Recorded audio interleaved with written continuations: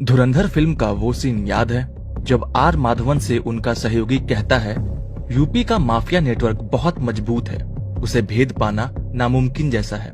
दरअसल ये उस दौर की बात है जब केंद्र में कांग्रेस और उत्तर प्रदेश में सपा की सरकार हुआ करती थी।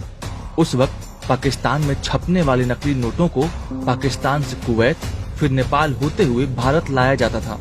फिर इन्हीं नोटों को यूपी के बूचड़खानों के जरिए नकली को असली में मिलाकर सर्कुलेट किया जाता था और ये सब होता था यूपी के माफियाओं की देखरेख में, जिसको शह दे रही थी समाजवादी पार्टी। फिर आया वो समय जब देश में सत्ता बदली, केंद्र से कांग्रेस और यूपी से सपा का सफाया हो गया। भारत की अर्थव्यवस्था बर्बाद ना हो इसलिए 8 नवंबर 2016 को नोटबंदी कर दी गई। नोटबंदी के कारण नकली नोटों का कारोबार करने वाले जावेद खनानी की कमर टूट गई और उसने कुछ ही दिनों बाद आत्महत्या कर ली। इसी तरह जब यूपी से सपा का सफाया हुआ तब या तो माफियाओं को जेल भेजा गया या फिर ऊपर। इसके अलावा बूचड़खानों पर भी एक्शन लिया गया ताकि जाली नोटों के कारोबार को खत्म किया जा सके।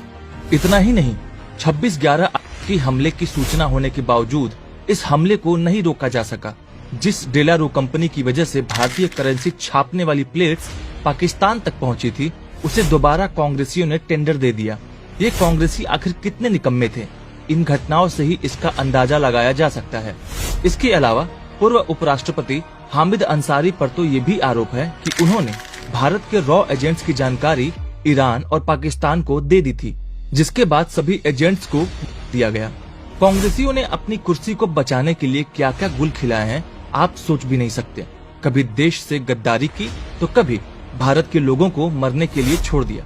पर आज यही कांग्रेस सत्ता पाने के लिए दर दर की ठोकर खा रही है। बावजूद इसके देश की जनता इन जैसों को सत्ता नहीं देने वाली।